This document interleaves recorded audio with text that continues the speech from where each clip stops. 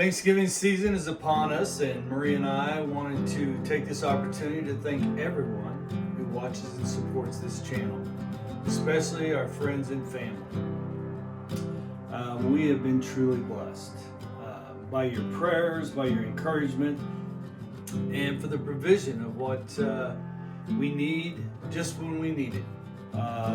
It is our hope that God would be glorified on our journey in faith, and we want to wish everyone a happy Thanksgiving.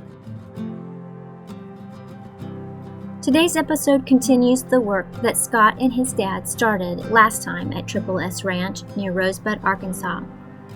Join us on this episode as Scott helps prepare for the men's retreat at the ranch and then works to finish one of the bathrooms. Finally, stick around after the ending verse. Scott shares some tips and details for some of the work completed. Welcome to our journey in faith. So what are we doing today?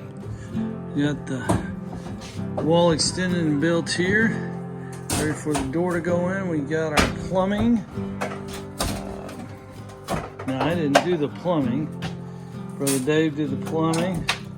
Brother Woody's helping with the running the electrical for fans, and Brother Chad's up here ceiling, having fun. I am having fun. Here's some spaghetti for you. There you go. We got proof. Yep. Yep. That's a junction box right now. Yeah, it is. Right there. Running those wagos. Yep. Very good.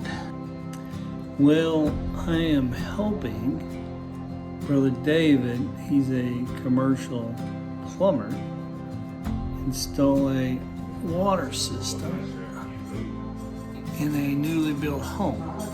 I volunteered to come out to his work site to gain some valuable experience on soldering and working with copper, transitioning into PEX, using PEX piping and fitting.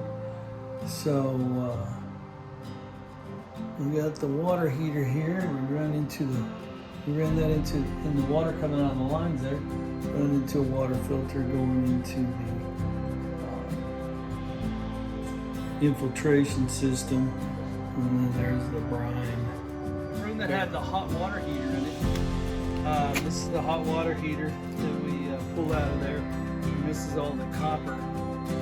It was a mess in there, and I'll show you what we replaced it with.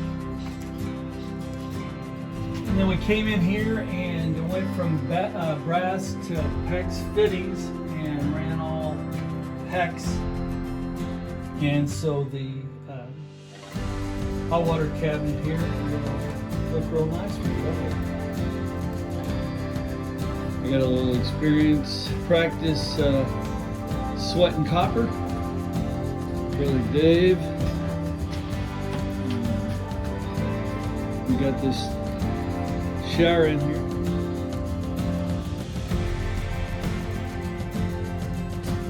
Wow, that ceiling's no joke. They put about a nail every 2 inches. So that's a lot of work. Plus there's a wall, that center wall that divides the bathrooms. The top plate, the plywood they put up on top, they did that first and they built their wall so a seam don't run through there, or the edge of the plywood. So I'm having to either sawzall it off or use the multi-tool to cut down that top plate.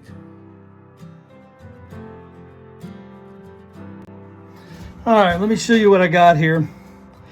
Kind of explain what I'm doing here. I'm building this wall for the back of the shower, and then we'll tie the plumbing into it, bring it up for the hot and cold water in the shower head.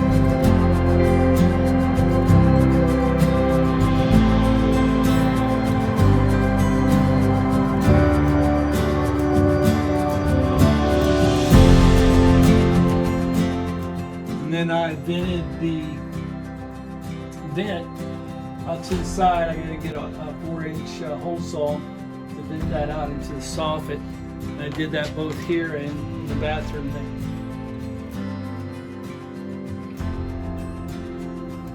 All right, what we're doing now is we're putting some backing in for the sheetrock for the ceiling of drywall. I'm gonna cut some backers.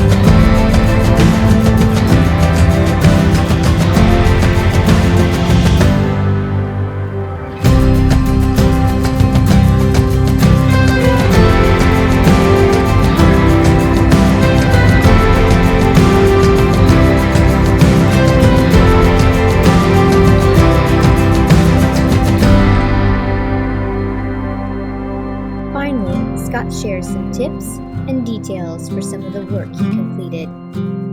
Maranatha. Alright, let me show you what I got here. Kind of explain what I'm doing here. I'm building this wall for the back of the shower. One way to do this is go ahead and nail in your sill plate. Come up here, nail in your top plate. I had to put a backer in there so when my wall goes up, I can nail into that backer. But, and then you have to toenail your studs in. But I'm used to roofing carpentry and I like to build my walls on the ground and stand them up. So you just put your top plate and bottom plate or your sill plate together. Do your layout, 16-inch centers. Mine's a little different. I'm leaving him a little more room for his plumbing. So I went 12 and 24. And so it's all marked out there, ready to nail. And then of course you mark at the same time as you do your top plate. It's marked out. So I will